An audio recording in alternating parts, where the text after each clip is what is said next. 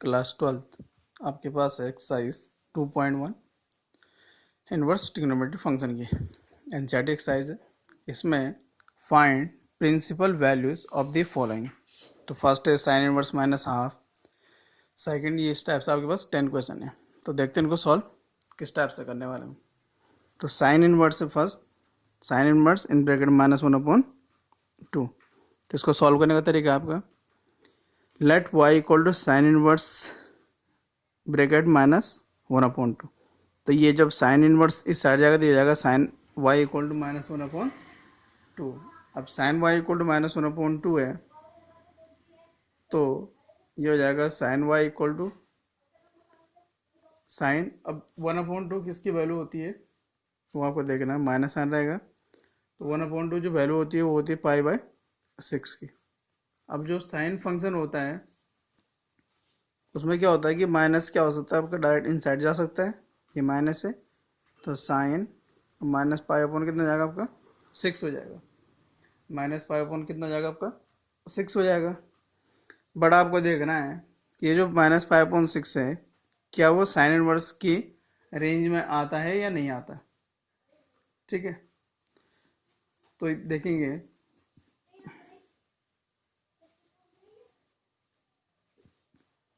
Principal branch of sine inverse is क्या होता है आपका -π/2 से लेके कहाँ तक होता है π/2 तक। तो आपको दिख रहा है कि जो माइनस का π/6 है बिलोंग्स टू कितना जाएगा आपके पास -π/2 टू π/2 हो जाएगा। तो इसकी रेंज में आ गया। तो इसका मतलब ये है कि 10 sine inverse minus half is equal to π/6 with minus sine. तो ये आपका प्रिंसिपल वैल्यू हो गई इसकी। एक बात और आपको याद दिला दूं, जब हमने इनवर्स फंक्शन की डेफिनेशन देखी थी तो आपको देखा होगा हमने वहाँ एक फॉर्मूला देखा था इस टाइप से, साइन थीटा इक्वल टू कितना था थीटा था, और यहाँ लिखा था for every theta belongs to, जो रेंज थी आपकी इस टाइप से, जो कि थी आपकी रेंज थी, अगर थीटा उसमें आता तो डायरेक्ट ये फॉर्मूला, तो उसी से ये क्या हो रखा आपका सॉल्व हो रखा। ऑल दो हमने इसको सॉल्व इस टाइप से किया है, बट आप डायरेक्ट इसको ऐसे भी लिख सकते हैं अगर आपके पास रेंज के बारे में आप क्या है क्लियर है कि रेंज कहाँ से कहाँ तक है इसकी। ठीक है क्लास, इसके बाद मूव करते हैं नेक्स्ट जो सेकंड पार्ट है इसी का उसकी ओर। सेकंड जो पार्ट है इसमें वो है, सेकंड पार्ट या सेकंड क्वेश्चन है वो है आपके पास कॉस इनवर्स। वो कितना आपके पास कॉस इनवर्स, वो हो जाएगा आपके पास कॉस इनवर्स √3/2। तो इसको आपने क्या करना है सॉल्व करना है। तो सॉल्व करने का जो तरीका है आपके पास फिर से वही कि let y equal to cos inverse √3/2 हो जाएगा। तो आपको पता है ये इधर जाएगा कितना जाएगा कॉस y इक्वल टू √3/2 हो जाएगा। अब कॉस y इक्वल टू और √3/2 कॉस में किसकी वैल्यू होती है π/6 की। तो अगर आप यहाँ से देखेंगे कि जो आपका π/2 है ये π/6 है, वो किसके अंदर बिलोंग कर रहा है आपका, जिसकी रेंज है 0 to π के बीच में बिलोंग कर रहा है। तो इसका मतलब कितना जाएगा फिर आपके पास कॉस इनवर्स √3/2 इक्वल टू कितना जाएगा आपके पास ये π/6, क्योंकि जो प्रिंसिपल वैल्यू वो कहाँ लाई करनी है 0 to π/0, π के बीच में क्या करने वाली है लाई करने वाली। तो ये था आपके पास third question, sorry second question था। इसके बाद थर्ड क्वेश्चन देखते हैं।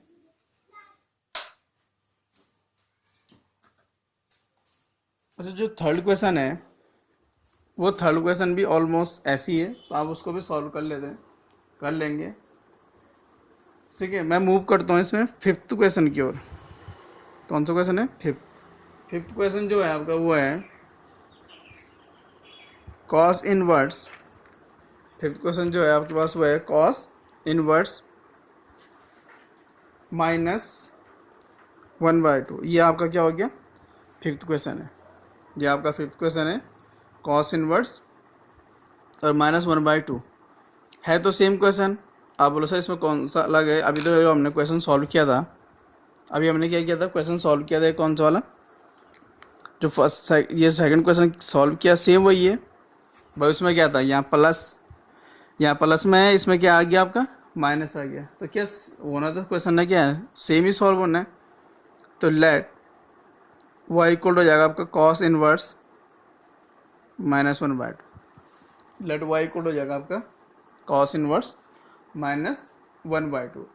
अब जब कॉस इनवर्स -1/2 है, तो अगर याद होगा आपको इस कॉस की और साइन सारी वैल्यू तो क्या होती है इसमें सेम ही होती है, बट एक प्रॉब्लम ये क्रिएट हो जाएगी इसमें आपके पास कि भाई जो साइन -x होता था वो -sin x होता था। याद आ रहा आप लोगों को, साइन -x इज इक्वल कितना होता था, sin x होता था, -sin x। But cos -x किसकी इक्वल होता था, cos x होता था। तो यहाँ ये प्रॉब्लम क्या हो जाएगी, क्रिएट हो जाएगी आपके पास कि cos -x कितना होता था, प्लस cos -x कितना होता था आपका, cos x हो जाता है। तो इसके लिए क्या करने वाले हैं आप लोग, ओबियसली यहाँ आ जाएगा, तो यहाँ कितना जाएगा आपके cos y इक्वल टू -1/2। अब cos y equal to minus है, पहले माइनस को तो वैसे ही रहने देते हैं, पहले देखते हैं 1/2 की वैल्यू। तो 1/2 किसकी वैल्यू होती है, 60 की, दिया जाएगा cos π/3 हो गया, cos π/3 हो जाएगा। अब इसके बाद भाई अभी साइन में ऐसी कुछ लिखा हुआ था, मैंने क्या किया डायरेक्ट माइनस साइन को इनसाइड ले गया किसके, कॉस में। बट आपको पता है साइन में ऐसा नहीं होता, मतलब सॉरी कॉस में ऐसा नहीं हो सकता। क्यों नहीं हो सकता, क्योंकि cos -x तो कितना हो जाता है, cos x हो जाता है। जबकि साइन में क्या होता था, साइन -x कितना होता था, -sin x। यानी कि अगर कहीं पर आपको ऐसा लिखा होता कि तो आप उसको ऐसा लिख सकते थे, या अगर कहीं ऐसा लिखे थे उसको ऐसे लिखें। कॉस में तो ये चेंज हो जाता। तो फिर अगर मैं कॉस का डायरेक्ट माइनस साइन ले गया, मतलब मीन्स -cos π/3 है, और अगर मैं सोचूं कि माइनस साइन तो माइनस ऐसा हो जाएगा ये। और जबकि इसकी वैल्यू तो कितनी जाएगी, cos π/3। बट मुझे वैल्यू किसकी फाइंड करनी है, मुझे तो वैल्यू लानी की थी -cos π/3 की। तो इसके लिए क्या करेंगे हम लोग, cos इसमें कुछ ऐसा एंगल चेंज करेंगे कि किस में चेंज हो जाए आपका माइनस। तो cos π - π/3 लिख देंगे, cos π - π/3। अब अगर आप cos ये 0 हो गया, ये π/2 हो गया, ये पाई, ये 3π/2। तो यहाँ से क्या समझ में आ रहा आपको कि ये पाई है, इसमें क्या होता है साइन, और साइन cos एक पॉजिटिव होता है, बाकी सब क्या होता है नेगेटिव। तो जब cos से आप पाई से कुछ माइनस करने वाले हैं, यानी 180 माइनस करेंगे, तो आप किस वाले क्वाड्रेंट में आ जाएंगे, ये फर्स्ट क्वाड्रेंट है और ये आपका सेकंड, तो आप आ जाएंगे सेकंड क्वाड्रेंट में। और सेकंड क्वाड्रेंट में cos क्या होता है आपका, माइनस होता है। तो ये हो जाएगा cos y, cos। अब ये सॉल्व करें, 3π - π और अपॉन 3, तो ये हो जाएगा आपका 2π/3।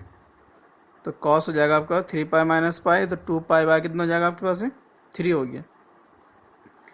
अब जब ये cos 2π/3 हो गया, और आपको ये भी दिख रहा होगा कि ये जो 2π/3 है वो किस में बिलोंग करने वाला है, 0, π में क्या करने वाला है आपका, बिलोंग करने वाला। अब क्यों उसमें बिलोंग करने वाला वो आप आराम से सॉल्व करके देख सकते हैं कि 2π/3 का मतलब क्या, तो पाई की वैल्यू 180 हो गया, 3 कितना हो गया 120। अब 120 किसके अंदर आता है, 0 to π/2 के अंदर। तो यहाँ लिख देंगे आप 10 प्रिंसिपल वैल्यूज या value of cos inverse 10 principal value of cos inverse -1/2 is 2π/3 हो गया। अच्छा कैसे हो रहा है ये, अगर आप इसको देखेंगे तो दोनों तरफ क्या है, cos है, तो y इक्वल कितना हो जाएगा 2π/3। तो y इक्वल कितना हो गया 2π/3 हो गया। अब जब y इक्वल 2π/3 है, तो यहाँ कितने हैं, cos इनवर्स माइनस आपकी वैल्यू कितनी है y, और y की वैल्यू कितनी आ गई 2π/3। तो यहाँ से वैल्यू कितनी हो जाएगी 2π/3। तो आप ऐसी थ्योरी यहाँ भी लिख सकते हैं, ये 10 principal value of cos inverse, ये लिखना चाहते हो आप यहाँ लिख सकते थे। ठीक है, तो इस टाइप से ये क्वेश्चन आपके क्या हो जाएंगे सॉल्व। तो ये था आपके पास फिफ्थ क्वेश्चन। ऐसे मूव करते हैं हम लोग नेक्स्ट क्वेश्चन में 5th के बाद जो 6 है वो इजीली आपसे हो जाएगा सॉल्व। उसके बाद 7th क्वेश्चन है आपके पास। 7th के बाद फिर से देखते हैं 9th क्वेश्चन। 9th क्वेश्चन में है आपके पास कॉस इनवर्स -1/2, कॉस इनवर्स -1/√2 है। तो कॉस इनवर्स -1/√2 इसको सॉल्व करने का फिर से same way, let y equal to, अब जरूरी नहीं है आपको हमेशा y लिखना, आप y की जगह में थीटा भी लेट कर सकते थे। कॉस इस साइड जाके क्या जाएगा, कॉस y इक्वल हो जाएगा कितना, -1/√2। अब आप बोलो सर ये हो कैसा रहा कॉस y, तो लास्ट टाइम मैंने आपको बताया था कि अगर sine x equal to theta होगा तो x इक्वल हो जाएगा कितना, साइन इनवर्स थीटा। ये अगर आपको एक्स वाई में समझना है तो साइन एक्स इक्वल टू अगर कितना होगा वाई हो जाएगा, तो एक्स इक्वल हो जाएगा आपका साइन इनवर्स वाई, और वाइस वर्सा दोनों एक जैसे होंगे। तो इस बार हो गया कॉस वाई इक्वल टू -1/√2। फिर से कॉस वाई माइनस, अब आपने देखना है कि कॉस में 1/√2 किसकी वैल्यू होती है, तो सभी को पता है कि शायद π/4 की वैल्यू होती है। ठीक है, अब π/4 की वैल्यू हो गई 1/√2, लेकिन इसमें फिर से क्या है, माइनस साइन है। अब आपको क्या करना है, इस माइनस साइन को इनसाइड लेके जाना है। तो वो कैसे जाएगा, डायरेक्ट तो जा नहीं सकता कॉस में, तो उसके लिए क्या करेंगे, कॉस पाई माइनस π/4। अब जैसे आपने पाई माइनस π/4 किया, आप कौन से क्वाड्रेंट में आ गए, आप आ गए सेकेंड क्वाड्रेंट में। तो ये हो जाएगा आपका cos y equal to cos 3π/4 हो जाएगा।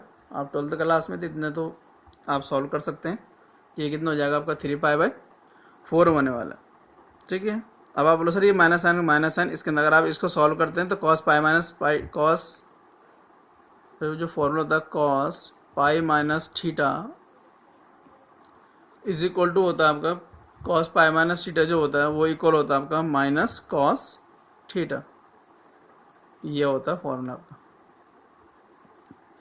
तो यहाँ हो गया आपके पास वैल्यू y इक्वल टू कितना, 3π/4 आ गया। अब y इक्वल टू कितना आ गया, 3π/4। और आपको ये देखना कि क्या ये वैल्यू जो है 0 to π जो रेंज है उसमें बिलोंग करती थी। यस ऑफकोर्स इसके अंदर आती है वैल्यू, क्योंकि सेकंड क्वाड्रेंट है, और सेकंड क्वाड्रेंट में क्या होता है 90 से किसके बीच में होता है, पाई की 90 से 180 के बीच में होता है। इस टाइप से ये 0 π/2 पाई और ये 3π/2। तो मुझे क्या देखना, इतना रेंज देखना यहाँ से आता है। तो ऑब्वियसली जब यहाँ लाया करेगा तो इसके अंदर आ जाएगा। तो ये हो गया आपका, तो वाई की वैल्यू आ गई 3π/4 आ गई। तो फिर से आप वही लाइन लिख देंगे जो अभी लिखा था 10, क्योंकि प्रिंसिपल वैल्यू पूछा था। तो 10 principal value of cos inverse -1/√2 इस कितना आ गया, 3π/4 आ गया। तो ये इसकी क्या आ गई, प्रिंसिपल वैल्यू आ गई। इसके बाद है 10th नंबर का क्वेश्चन। इसमें आपके पास कॉसेक इनवर्स -√2। तो सॉल्व सेम वे है सॉल्व करने का, लेट y इक्वल टू हो जाएगा आपके पास कॉसेक इनवर्स -√2। तो यहाँ हो जाएगा आपके पास कॉसेक y इक्वल टू -√2। फिर से अभी आपने माइनस के बारे में नहीं सोचना है, आपने देखना है √2। तो √2 किसकी वैल्यू होती है, π/4 की। तो यहाँ हो जाएगा कॉसेक π/4। अब जो कॉसेक होता है किसका रेसिप्रोकल है, साइन का। तो जो प्रॉपर्टी साइन की अप्लाई होती है वही कॉस में। तो कॉस साइन में क्या होता है, माइनस साइन डायरेक्ट इनसाइड जा सकता है, तो ऐसे इसमें क्या एंगल पे जो माइनस साइन वो चला जाएगा, हो जाएगा कॉसेक और -π/4। तो y इक्वल टू कितना दिख रहा होगा आपका, -π/4। तो क्या ये -π/2 तो ये जो प्रिंसिपल रेंज है आपके पास, के प्रिंसिपल ब्रांच है, इसमें लाई करता है नहीं करता है, ऑफकोर्स इसमें क्या करेगा, लाई करेगा। लेकिन साथ में कंडीशन क्या होती है इसकी, कि इसमें आपके पास 0 नहीं होना चाहिए था।